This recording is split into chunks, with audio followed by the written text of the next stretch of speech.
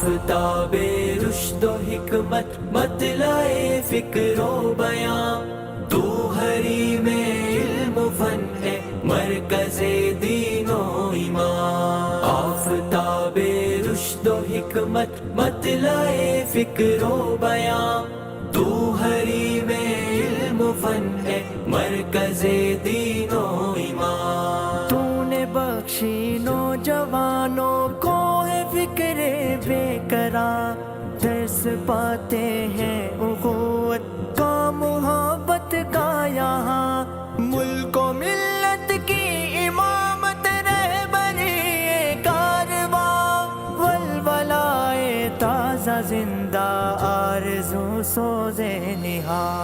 رب يسر ولا تعسر وتمم بالخير يا فتاح يا عليم وبك نستعين رب يسر ولا تعسر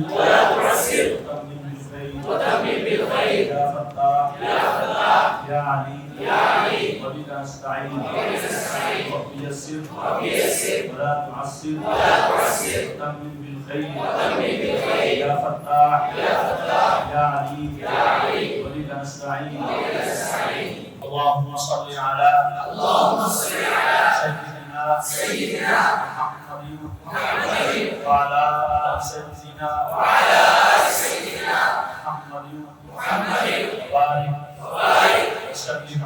وسلم عليه اللهم صل على سيدنا محمد وعلى آل سيدنا محمد وبارك وسلم وصل عليه بسم الله الرحمن الرحيم باب كيف كان بدء الوحي إلى رسول الله صلى الله عليه وسلم وقول الله عز وجل إنا أوحينا إليك كما أوحينا إلى نوح والنبيين من بعده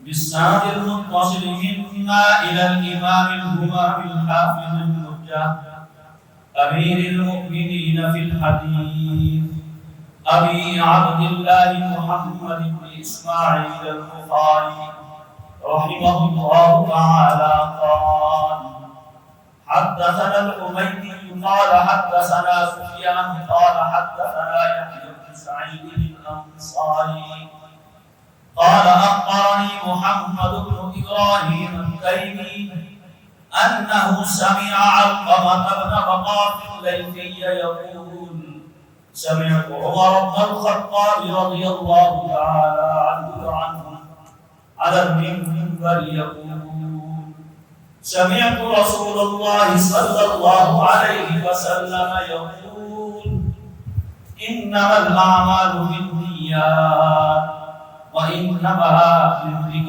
ما نوى فمن كانت هجرته إلى دنيا يصيبها أو إلى امرأة ينكحها فهجرته إلى ما هاجر إليه رسول اللہ صلی اللہ علیہ وسلم کے اور اللہ تعالیٰ کے عز و جل کے اس قول کا باب بے شک ہم نے آپ کی طرف وحی بھیجی جیسا کہ ہم نے نوح کی طرف اور ان کے بعد انبیاء کی طرف وحی بھیجی۔ اس کے بعد سند ہے امام بخاری کے شیخ حمیدی ہیں، ان کے سفیان ہیں، ان کے یحییٰ بن سعید انصاری ہیں، ان کے استاد محمد بن ابراہیم تیمی ہیں، ان کے استاد علقمہ بن وقاص لیثی ہیں، ان کے استاد حضرت عمر بن خطاب رضی اللہ تعالی عنہ وعنہم ہیں۔ علقمہ بن وقاص نے حضرت عمر رضی اللہ عنہ کو منبر پہ فرماتے ہوئے سنا، عمر فاروق کہہ رہے تھے کہ میں نے سنا جناب رسول اللہ صلی اللہ علیہ وسلم کو فرماتے ہوئے کہ اعمال کا دار و مدار نیتوں پہ ہے اور آدمی کے لیے وہی ہے جو اس نے نیت کی، سو جس کی ہجرت دنیا کے لیے ہو کہ اسے حاصل کر لے یا کسی عورت کے لیے ہو کہ اس سے نکاح کر لے تو اس کی ہجرت اسی چیز کی طرف ہوگی جس کی طرف اس نے ہجرت کی۔ یہ صحیح بخاری کا پہلا باب ہے اور پہلی حدیث ہے۔ اتنا آپ سمجھ لیں کہ انہوں نے تمام محدثین کے طریقوں سے ہٹ کے ایک نرالا انداز اختیار کیا ہے کہ کتاب کا آغاز وحی سے کیا ہے کہ حضور اکرم صلی اللہ علیہ وسلم سے وحی کیسے نازل ہوئی۔ یہ کسی اور محدث کا انداز نہیں ہے۔ کسی نے شروع کیا ہے مواقیت الصلاۃ سے موطا امام مالک نے، کسی نے کیا ہے مناقب صحابہ سے، کسی نے کیا ہے اتباع سنت سے ابن ماجہ نے، اور عام طور پہ کتاب طہارت سے شروع کرتے ہیں کیونکہ پہلے نماز آتی ہے اور نماز سے پہلے وضو آتا ہے۔ تو یہ نرالا اور انوکھا اور منفرد انداز ہے امام بخاری کا، اور بات یہ ہے جو خود بھی نرالا ہو اس کی ہر ادا کی نرالی ہے۔ سونا جی ہر گل اس میں قریب انداز، اور وجہ اس کی یہ ہے وہ کہتے ہیں ٹھیک ہے آ جائے گا ایمان بھی، طہارت بھی، صلاۃ بھی، زکات بھی، صوم بھی، حج بھی، لیکن یہ سب کچھ موقوف ہے اس بات پہ کہ حضرت محمد رسول اللہ صلی اللہ علیہ وسلم پہ وحی اتری ہے کہ نہیں۔ بنیاد یہ ہے، پہلے یہ ثابت کر لیں کہ حضور پہ وحی اتری ہے۔ حضور پہ وحی اللہ موحی ہیں اور حضور موحا الیہ ہیں، جبریل وحی لانے والا ہے۔ تو جب یہ ثابت ہو جائے، جب حضور پہ وحی کا اترنا ثابت ہو گیا تو پھر ایمان بھی ثابت ہوگا، پھر نماز بھی ثابت ہوگی، پھر طہارت زکات سب کچھ ثابت ہوگا۔ اس واسطے سب سے ہٹ کے نرالا انداز اختیار کیا ہے کہ فکان قبل الوحی الی رسول اللہ صلی اللہ علیہ وسلم۔ اور اس کے بعد 5 حدیثیں اس باب میں، اور جو اس کی حدیث نمبر 3 ہے حدثنا یحییٰ بن بکیر، یہ ہے باب سے متعلق حدیث جس میں بیان کیا کہ نبی کریم علیہ السلام کو سچے خواب آتے ہیں۔ حضرت عائشہ فرماتی ہیں آپ خواب دیکھتے وہ صبح روشن کی طرح کھل کے سامنے آ جاتا ہے۔ پھر حبب الیہ الخلا، پھر آپ کو خلوت پسندیدہ قرار دی گئی۔ جب کسی سے دل ملتا ہے تو حضور اور مجمع کی بجائے آپ کی خلوت پسند کرتا ہے۔ پھر جی میں ہے کہ در پہ کسی پہ، پھر جی میں ہے کہ در پہ کسی پہ کھڑا رہوں، سر زیر وار منت دربار کیے ہوئے۔ پھر جی میں ہے کہ رات دن بیٹھا رہوں، تصور جانا کیے ہوئے۔ حبب الیہ الخلا، اور علماء نے لکھا ہے جب آدمی ذکر کرتا ہے تو ذکر کے نتیجے میں اسے خلوت پسند آ جاتا ہے۔ تو حضور کو خلوت پسند آ گئی کہ نہیں جانا مجمع میں، بس بیٹھنا ہے تخلیے میں، اور آپ نے خلوت کے لیے جس جگہ کا انتخاب فرمایا وہ غار ہرا، وہاں تشریف لے جاتے مہینے بھر کے لیے، 40 دنوں کے لیے۔ حضرت خدیجہ رضی اللہ تعالی عنہا وہ آپ کو کھانے کا سامان تیار کر کے دیتی تھی۔ قربان جائیں اس کھانے پر جو حضور ساتھ لے جاتے تھے، اس کھانا تیار کرنے والی اپنی ماں پر اور اس ہستی پر جو وہ ٹفن یا برتن اٹھا کے مہینے کا وہ خشک راجت غار ہرا کی بلندیوں پہ چڑھ رہے ہوتے تھے۔ تو 6 ماہ آپ وہاں رہے، درمیان میں آتے مہینے بعد 40 دنوں کے بعد جب راشن ختم ہو جاتا اور گھر جانے کا شوق بھی پیدا ہو جاتا، پھر آپ گھر آ جاتے، گھر کو ٹھہرتے، پھر حضرت خدیجہ صلوات اللہ وسلام علیہا اسی طرح پتہ نہیں وہ کیا کھانا ہوگا، ہم اس میں قربان ہوتے ہیں، وہ خشک ستوئی ہوتا ہوگا، وہ کھجوریں ہوتی ہوں گی جو 1 مہینہ حضور وہاں غار ہرا میں تناول فرماتے رہتے ہوں گے۔ پھر آپ لے کے وہاں پہنچ جاتے۔ 6 ماہ تک ایسا ہوا، 6 ماہ تک حتی جاءہ الملک، تو پھر اچانک غار میں ملک صاحب آ گئے۔ فقال اذا، اس نے کہا آتے ہی نہ تعارف، نہ سلام، نہ دعا، نہ کلام، کون ہو، کیا حال ہے، نہ اقرا۔ اور لگتا ہے ایسے ہے جیسے کہ بعض روایات میں ہے وہ لکھا ہوا لائے تھے رشب کے کپڑے پر، کیونکہ اقرا پڑھنے کو کہتے ہیں، بولنے کو قل کہتے ہیں، تو قل نہیں کہا، کیا کہا؟ پڑھیے۔ آپ نے فرمایا مانا بقاری، میں نہیں پڑھا ہوا. اور واقعی نبی کی جو خوبیاں ہوتی ہیں صفات نبوت میں سے یا علامات نبوت میں سے یا دلائل نبوت میں سے ایک دلیل علامت اور صفت یہ ہے کہ جو نبی ہوتا ہے وہ اللہ کے سوا کسی سے نہیں پڑھتا ہے. یہ غلام محمد قادیانی یہ پرائمری میں مارے کھاتا رہا. اس وقت یہ تھا مار نہیں گیا, اس وقت سب چلتا تھا, تو یہ ٹیچروں سے پڑھتا رہا, تو یہ نبی نہیں ہو سکتا. تو چونکہ اللہ تعالیٰ نے براہ راست نبی کو اپنے تلمذ میں لینا ہوتا ہے, اپنا شاگرد بنانا ہوتا ہے, تو وہ نہیں گوارا کرتا کہ جس نے میرا شاگرد بننا ہے وہ کسی اور کا شاگرد بنے. آپ نے فرمایا مانا بخاری, میں پڑھا ہوا نہیں ہوں, کیسے پڑھ سکتا؟ اقرا پڑھیے. فرمایا مانا بخاری, پھر کہا اقرا. آپ نے فرمایا مانا بخاری, پھر ادریس صاحب لکھتے بھی جاتے ہیں غطنی ثم ارسلنی غطنی ثم ارسلنی, 3 دفعہ ایسے کیا اور پسینوں پسین ہو گئے. جبریل بھی حضور بھی آپ دیکھیں جبریل امین جو اتنا زور لگا رہا ہے, پسینہ آ گیا تو کتنا زور لگایا ہوا. یہاں یہ سمجھ لیں یہاں جبریل امین انسانی شکل میں آئے ہیں تو ان میں نہیں طاقت ہے جو انسان میں ہوتی ہے, زیادہ طاقت نہیں. خیر جب تیسری مرتبہ ہو گیا پھر جبریل نے 5 آیتیں پڑھ دی. اقرا بسم ربک الذی خلق خلق الانسان من علق اقرا وربک الاکرم الذی علم بالقلم علم الانسان ما لم يعلم. بس یہ کہا اور چلا گیا, یہ جاؤ اور وہ جاؤ. غائب حضور کو پسینہ آیا ہوا ہے, دل دھڑک رہا ہے, گھبرائے ہوئے ہیں. اترے غار سے سیدھا خدیجہ کے گھر. لوگ کہتے ہیں وہاں کیوں گئے, اور کہاں جاتے ہیں؟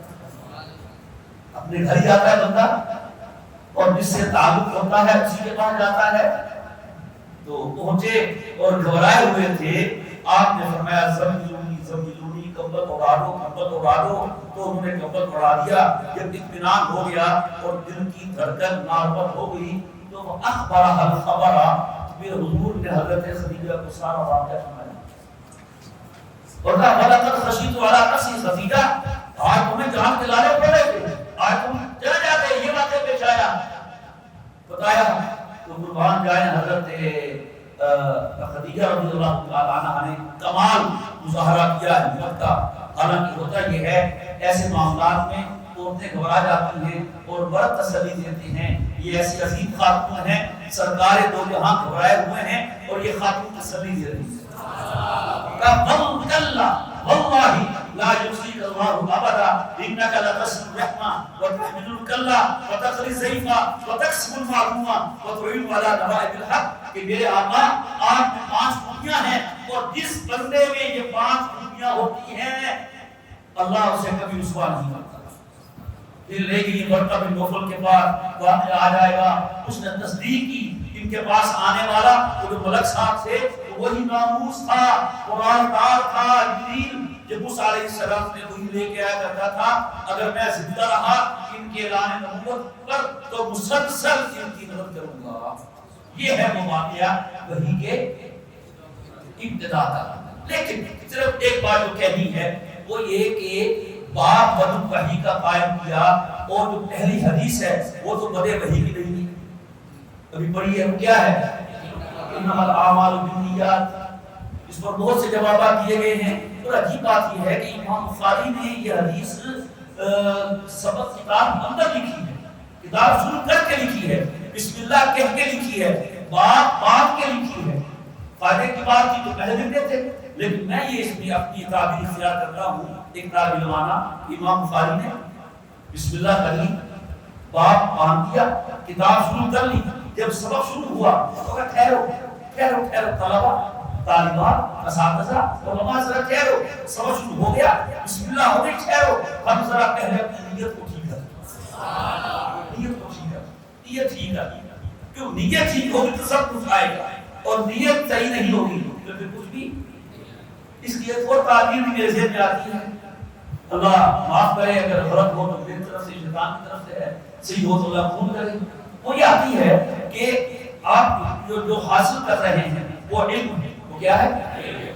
اور علم کی شکل صورت عالم مثال میں نور کی ایک عالم مثال ہے وہاں عالم دنیا کی اپنی شکلیں ہیں. ایمان کی شکل سایبان کی ہے, موت کی شکل مینڈے کی ہے, عمل کی شکل لباس کی ہے, تو علم کی شکل کیا ہے؟ اس مثال آپ نے پڑھی ہوگی, واقعہ ہے دارالعلوم میں کنواں ہے روزانہ کے آگے, دیکھا ہم نے 2 مرتبہ دیکھا ہے, اس کا پانی بھی پیا ہے. اور قاری طیب صاحب فرماتے ہیں کہ اس کنویں کی لہریں زمزم کے کنویں سے ملتی ہیں. کیسے ملتی ہیں ہم ہوں گے, ہم نے پڑھا, ہم نے کہہ دیا ہے. تو شاہ رشید رحمہ اللہ تعالی کے مستمین تھے, وہ فرماتے ہیں کہ میں نے خواب میں دیکھا یہ کنواں دودھ کا بھرا ہوا ہے اور اس کی گدیل پہ حضور کھڑے ہیں, اور آپ جتنے بھی دیوبند کے طلباء ہیں آپ ان کو دودھ دے رہے ہیں, کسی کو جل, کسی کو گلاس, کسی کو بالٹی, کسی کو کپ میں. تو معلوم ہوا یہ عالم مثال کیا ہے؟ دودھ ہے. اور دیوبند میں پڑھنے والوں کو حضور نے خود اپنا علم عطا فرمایا. تو کوئی بھی بندہ گندے برتن میں دودھ نہیں ڈالتا, بکری کا, گائے کا, بھینس کا دودھ نکالنا ہو, دیکھو وہ اپنے دودھ والا برتن کیسا اچھا مانتی ہیں, اس میں دودھ ڈالنا ہے, ایسے ہے نا.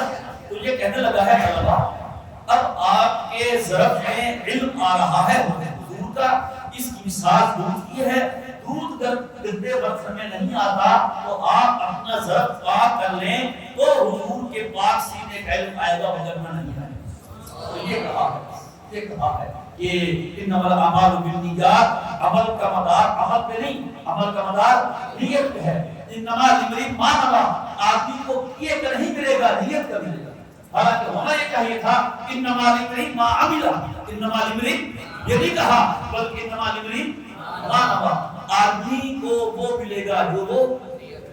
میں کہا کرتا ہوں کہ اس حدیث کے جملے کی ایک محاورتی تعبیر ہماری گاڑیوں بسوں کے پیچھے لکھی ہوتی ہے, اس نے کمال ترجمہ کیا ہے. حضرت مدنی میں کہتا ہے نہیں بستے گھر بدلی کرے, نہیں بستے گھر بدلی کرے, یہی ہے انما لامرئ ما نوى. جو نیت کرو گے وہی ملے گا. برائی کرو گے برائی ہوگی, تو کسی کے گھر کو بگاڑے گا اس کا اپنا گھر اجڑے گا, دوسرے کا اجڑے یا نہ اجڑے. جو کسی کو پریشان کرنے کی سعی کرے گا, دوسرا پریشان ہو یا نہ ہو وہ خود پریشان رہے گا. انما لامرئ ما نوى. یہ کہہ رہے ہیں اپنے لیے صاف.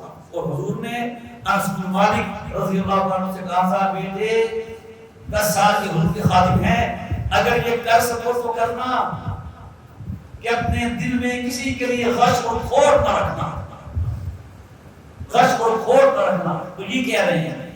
اور ابھی بھی حضور کے سینے میں, قبر مبارک میں, روضہ مطہر میں آپ کی سینہ ابھی بھی علم و حکمت سے بھر ہوا ہے اور اسی سے علم آ رہا ہے. تو یہ کہنا چاہ رہے ہیں آپ کے سینے میں حضور کے پاک سینے کا پاک علم آ رہا ہے. انما لامرئ ما نوى, انما الاعمال بالنیات. دل کو صاف کرو, نیت کو صاف کرو, کسی کے بارے میں کوئی کھوٹ نہ ہو. بس نیت کا صاف ہونا یہ ہے ہمارا ہر عمل اللہ کے لیے. ہمیں اپنے عمل سے کسی کی خوشنودی مقصود نہیں. کس کی خوشنودی مقصود ہے؟ لوگ سمجھیں مجھے محروم وقار و تمکین, وہ نہ سمجھے کہ میری وزن کے قابل نہ رہا. اخلاص کا سب سے اعلیٰ درجہ یہ ہے جو حضرت مولانا قاسم نانوتوی رحمہ اللہ تعالیٰ نے اپنے شیخ حضرت حاجی مکی کو لکھا تھا. حضرت اب تو میرا حال یہ ہے, جب بیعت ہوئے تو حاجی صاحب نے لکھا, قاسم بڑا عرصہ ہو گیا آپ نے احوال نہیں لکھے, جو ٹھیک باتیں لکھی. اس میں سے پہلی بات یہ تھی, میں کہتا ہوں یہ پہلی بات اخلاص کا اعلیٰ ترین درجہ ہے. کہ حضرت اب میرا حال یہ ہے کہ میری نظر میں میرا مالک اور میرا ذات برابر ہے. کوئی میری تعریف کرے کوئی برائی کرے, مجھ سے فرق ہی نہیں پڑتا. کیوں؟ میں اس کو دیکھتا نہیں ہوں, میں ہر وقت اللہ کو دیکھتا رہتا ہوں. تو یہ ہے, یہی بتانا چاہتے ہیں. اللہ تعالی ہمیں بھی اخلاص نیت سے نوازے. بس سینہ پاک رکھیں, صاف رکھیں, کشادہ رکھیں. اس سینے سے آپ کا سینہ جڑنے جا رہا ہے جس کو فرمایا گیا الم نشرح لک صدرک ورفعنا عنک وزرک. تصور کیجئے گنبد خضرا میں آقا دو جہاں تشریف فرما ہے, سینہ انور ہے, نور سے بھرپور ہے, اس سے کچھ قطرہ قطرہ یہاں آ رہا ہے کہ نہیں آ رہا. حاتم کا ذکر کیا وہ زمانہ گزر گیا, جاری ہے آج تک بھی ثقافت کی. اللہ ہمیں بھی حضور کی پاک حدیث سے برکت سے زندگی میں پاکیزگی عطا فرمائے, نور عطا فرمائے. ہمارے قلب و ظاہر کو اللہ تعالیٰ پاک صاف فرمائے.